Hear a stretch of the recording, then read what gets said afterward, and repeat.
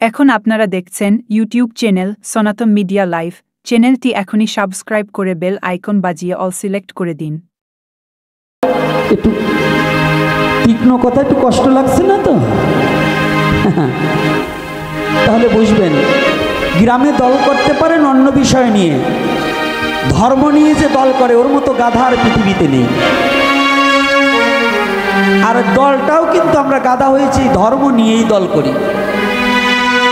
দেখুন, ধর্ম নিয়ে আমাদের দল না, মন্দির নিয়ে দল না। ও মন্দির করেছে, ও মন্দিরে যাবো না, আমি মন্দির আর একটা করবো। কিন্তু মন্দির তো দলাদলি করেছি, কিন্তু মন্দিরে সেবা পুজো দেওয়ার মতো লোক একজনও নেই। তো দল করে মন্দির করে লাভ কি হলো? হ্যাঁ, এপারে একটা ওপারে একটা, ওই 14-20 মন্দির না করে মন্দির যদি একটা থাকে, সবাই যদি ওই মন্দিরে সেবা পূজা করো, ধর্মের কোনো দল হয় না। ধর্ম একটাই। আমি যে সনাতনে জন্মগ্রহণ করেছি, আমার একটাই ধর্ম, আমি সনাতনী। ইহা ছাড়া আর সব কিছু দলমত, এগুলো বামপদ দিয়ে ফেলে দিয়ে একমাত্র আমি সনাতনী। এই ছত্র ছায়ায় এবং এই বিবেকবান যতদিন পর্যন্ত না হবেন, আপনি যত মালা তিলক ঝোলা টিকি আর যতই চুলদারি রাখেন, কোনো কাজ হবে না। শুদ্ধ ব্রাহ্মণ হবেন, কাজ হবে না। শুদ্ধ ব্রাহ্মণের কোনো জাত থাকে না। জাত থাকে নাকি? হ্যাঁ, এ জাতির ঘুম এত তাড়াতাড়ি ভাঙবে না। এ জাতির ঘুম এত তাড়াতাড়ি ভাঙবে না। এ জাতির ঘুম ভাঙতে বহুত দেরি। বিদ্বান হয়েছে কিন্তু জ্ঞানী হয়নি। এ জাতি বিদ্বান হয়েছে, সার্টিফিকেট অর্জন করেছে, কিন্তু ভগবত প্রেম অর্জন করেনি। আর যতদিন পর্যন্ত নিজের স্বধর্মকে হৃদয় দিয়ে ভালোবাসতে না জানবে আর এই হিংসাটাকে দূরীভূত না করবে, ততদিন পর্যন্ত এই জাতির অভিশাপ থেকে কোনোদিন মুক্তি পাবে না।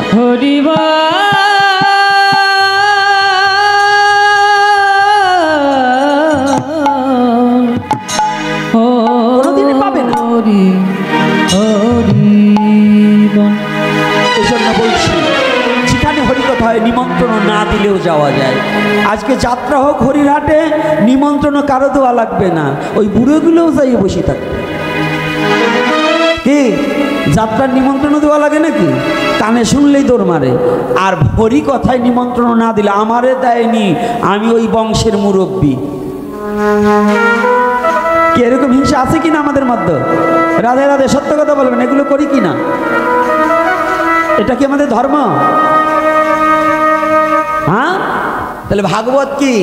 ভাগবত খালি বই পৃষ্ঠ উল্টাবো, সংস্কৃত শ্লোক বলবো, আর এই গ্রামে মানে যত হিংসা নিন্দা অহংকার আছে, এইটাকে বেশি করে জাগিয়ে তুলবো। এটা কোনো ধর্ম না, এটা ভাগবত না। ভাগবতীয় কথা হচ্ছে সেটা, যে কথা শ্রবণ করিলে জড় বুদ্ধি নাশ হয়ে, হিংসা অহংকার নাশ হয়ে শুদ্ধ প্রেম ভক্তি জাগ্রত হয়, মানব জীবনের কল্যাণ বয়ে আনে, সেটাকেই ভাগবতীয় কথা বলে। যে কথায় মানব জীবনের কল্যাণ বই আনে না, খালি হরে কৃষ্ণকে করতাল বাজালি কাজ হয় না। যখন যেমন তখন তেমন, যে যুগে যা প্রয়োজন সেই যুগে তাহা প্রয়োগ করতে হবে। যেমন কুকুর রান্নাঘরে গেলে মুগুর ফিকতে হবে, আর ওখানে হরে কৃষ্ণ বললে কুকুর রান্নাঘরে যাওয়া ফেরবে না। তো দুষ্টকে দমন করতে হলে হরি বল বলে কাজ হবে না, ও জায়গায় লাঠি নিয়ে দাঁড়াতে হবে। রাধে রাধে, হরি বল হরি বল। কথায় কি কষ্ট পাচ্ছেন নাকি?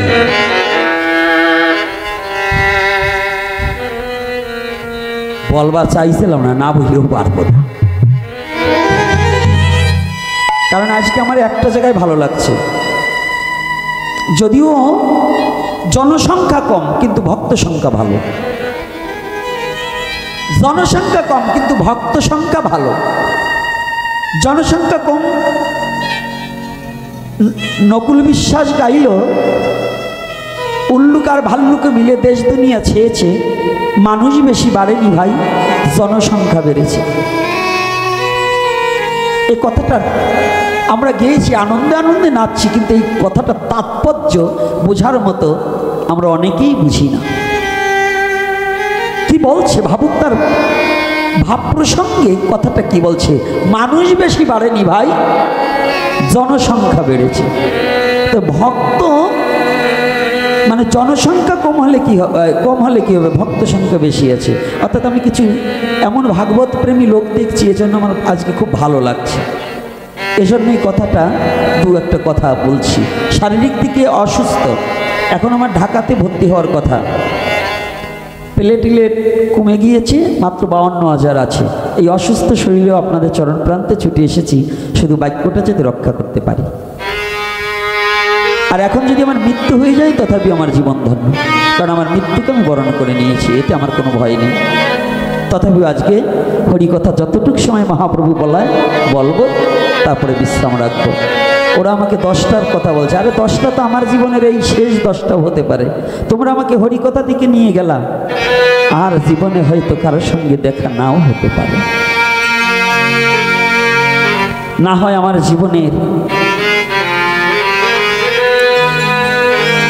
আজকের এই হরিকথাটাও শেষ দিন হতে পারে।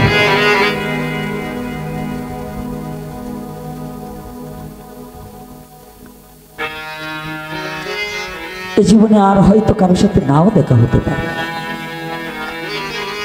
আবার গৌরহরির ইচ্ছা থাকলে আরো কতজনের সাথে আবার কেন চিনি রেখেও যেতে পারে। তবে আমি মরে যাব তাতে কোনো দুঃখ নেই, কিন্তু আমি যেন ভগবানের নাম ছাড়া না হই এবং ভক্ত সঙ্গ ছাড়া না হই, এই আশীর্বাদটা চাই, আর কোনো কিছু চাই না। নারদ যেমন জিজ্ঞাসা করেছে, তুমি তো ধনীর ভগবান। বলছে না না না, আমি ধনীর ভগবান। বলছে তাহলে তোমার পুজোতে কি লাগে তুমি বলো? তোমাকে পেতে, তোমাকে ভালোবাসতে, তোমার পুজো করতে কি প্রয়োজন হয়? ভগবান কৃষ্ণ বললেন, নারদ, আমাকে ষোড়শ প্রচারে কিছু দিতে হবে না, আমাকে বড় নৈবেদ্য সাজিয়ে পুজো দিতে হবে না।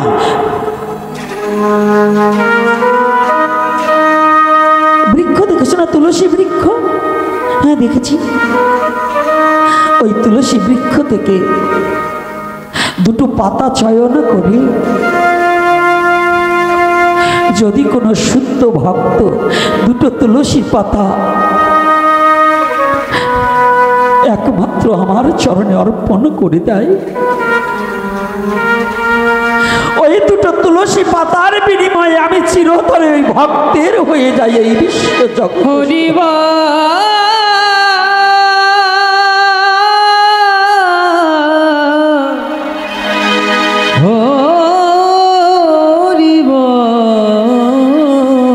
নারদ বললেন, ভগবান, নারদ মনে মনে চিন্তা করলেন, দেখি তুমি কত বড় দয়াল, তোমার ভক্তের জন্য কত বড় দয়ার দরজা তুমি খুলে দিয়ে বসে আছো। তুমি না দয়াল?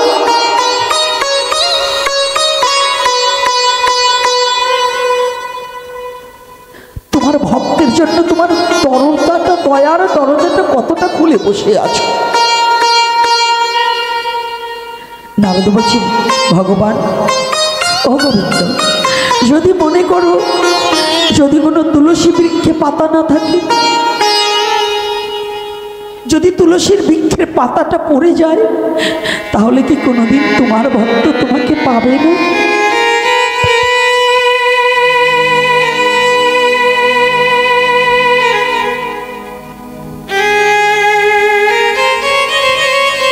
আমার গোবিন্দ বলছে, নারদ, যদি কোনো তুলসী বৃক্ষে পাতা না থাকে,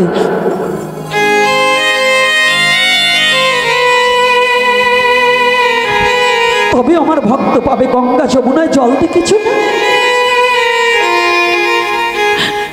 ওই গঙ্গা কিংবা যমুনা থেকে এক কুণ্ড জল এনে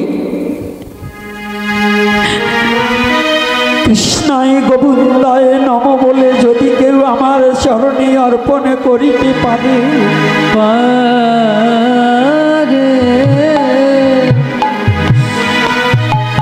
আমি যে চিরদিনের তরে তার হয়ে যাই, হয়ে যাই।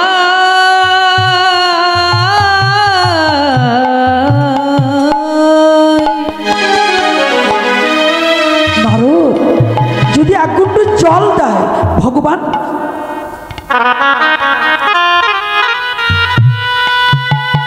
এত নৈবেদ্য সাজাতে হয় না।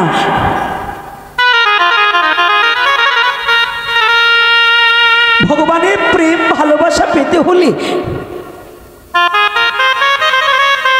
শুধু দুটো রাস্তা, একটা হচ্ছে আকুলতা আর একটা হচ্ছে বেকুলতা।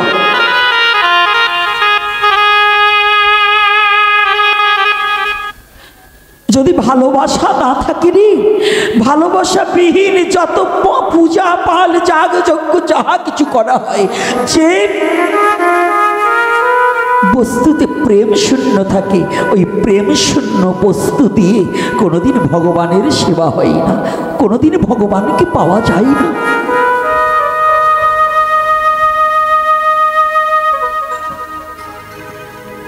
আমাকে যদি এক ঘন্টা জল দেয় তাহাতেই আমি সন্তুষ্ট হয়ে যাই। নারদ বললেন, গোবিন্দ, যদি কোনো গঙ্গা যমুনার সমস্ত গঙ্গা যমুনার জল যদি শুকিয়ে যায়, যদি সমস্ত গঙ্গা যমুনার জল শুকিয়ে যায়, তবে কি তোমার ভক্ত তোমাকে পাবে না?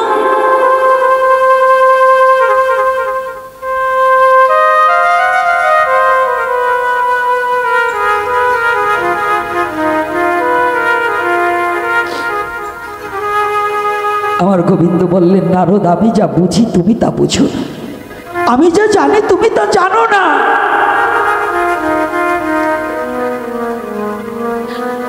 যদি সমস্ত বৃক্ষের তুলসী পাতা ঝরে যায়, যদি পৃথিবীর সমস্ত গঙ্গা যমুনা নদ নদী শুকিয়ে যায়, কিন্তু জানো, আমার শুদ্ধ ভক্তকে গঙ্গা যমুনা দুটি নয়ন দিয়ে দিয়েছি। আমার ভক্তের গঙ্গা যমুনা দুটি নয়নের জল কোনোদিন শুকায় না। হরিব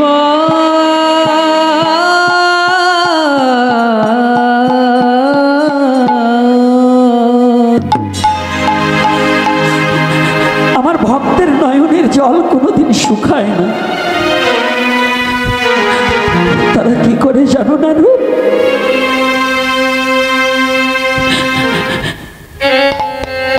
তারা যত বাধা আসুক, যত বিপত্তি আসুক, আমার ভক্তের দুটি নয়ন গঙ্গার জল আর মন তুলসী, এ দুটি বস্তু কোনোদিন শুকায় না।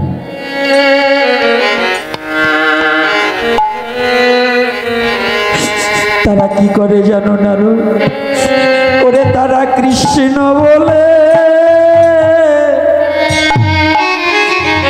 কেঁদে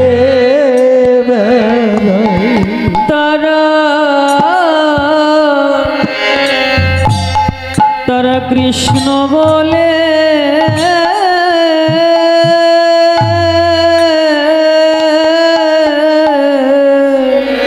ওরে কেঁদে বেড়ায়, কেঁদে বেড়ায়।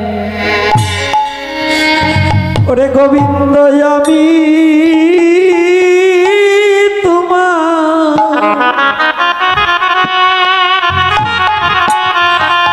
ওরে হলেন বলে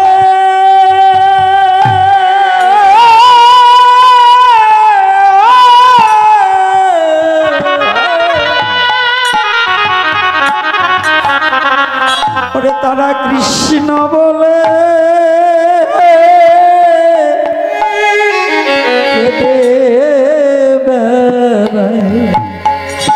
গোবিন্দ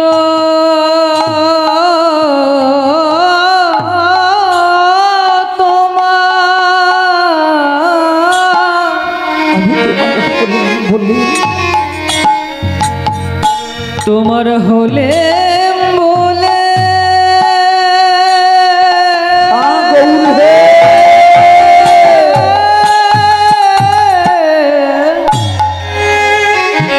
কৃষ্ণ বলে তারা কৃষ্ণ বলে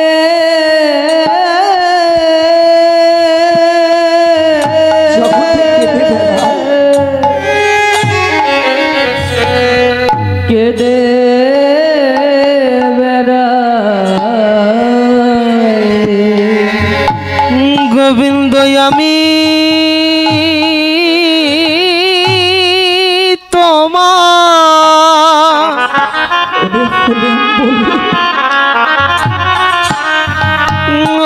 নাম বলে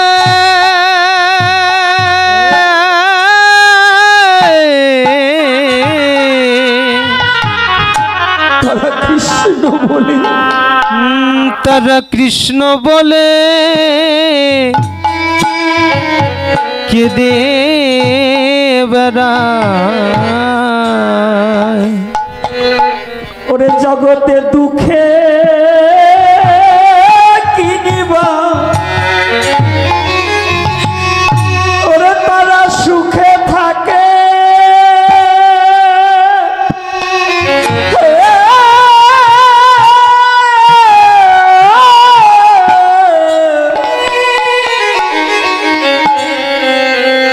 ওরে তারা কৃষ্ণ বলে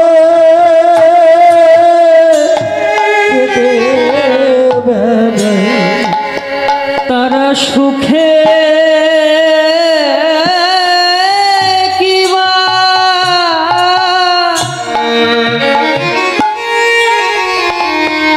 তারা দুঃখে থাকে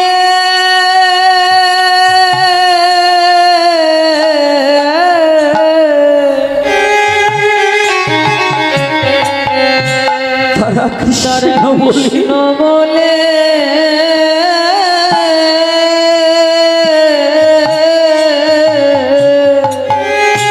কেঁদে বেড়ায় কেঁদে বেড়ায়। তারা দুঃখে কিবা এই জগতে সুখে সুখে থাকে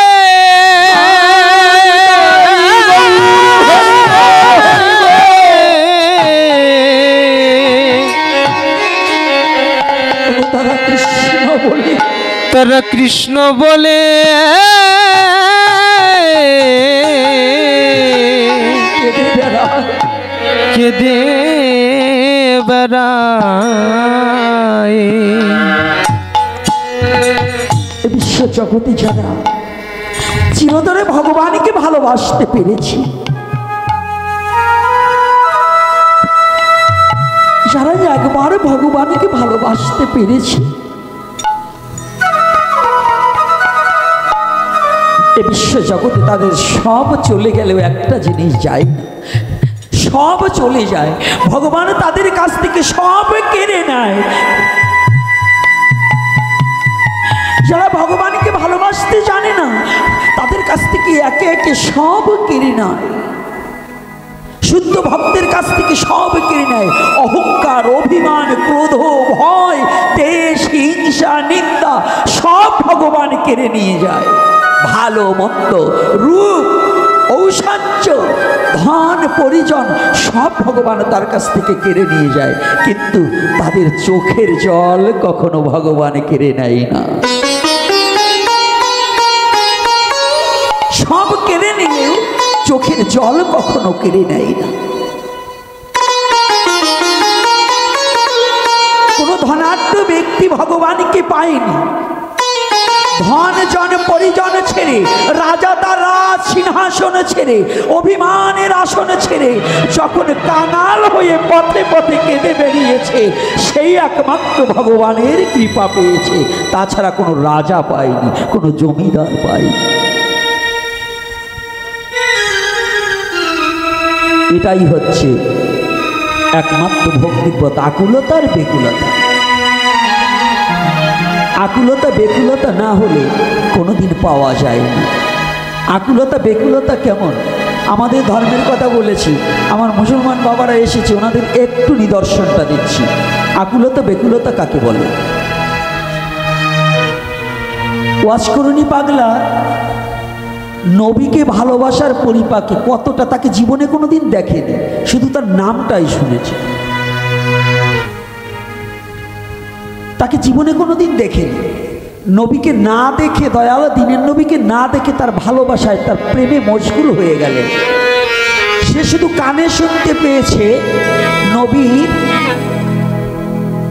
একটা দন্ত ভেঙে গেছে, সেই ইচ্ছাকৃত 32খানা দাঁত, কোন দাঁতটা না কোন দাঁতটা আমার নবী ভেঙেছে, এই দাঁত ভাঙায় কতটা ব্যথা লেগেছে, এই অনুভূতির জগতে নিজের দাঁতটা ভেঙে ফেললেন। একটা নয়, 32খানা দাঁত সম্পূর্ণ ভেঙে দিলেন নিচে পাথর দিয়ে ঠোকাতে ঠোকাতে। আচ্ছা বলুন দেখি,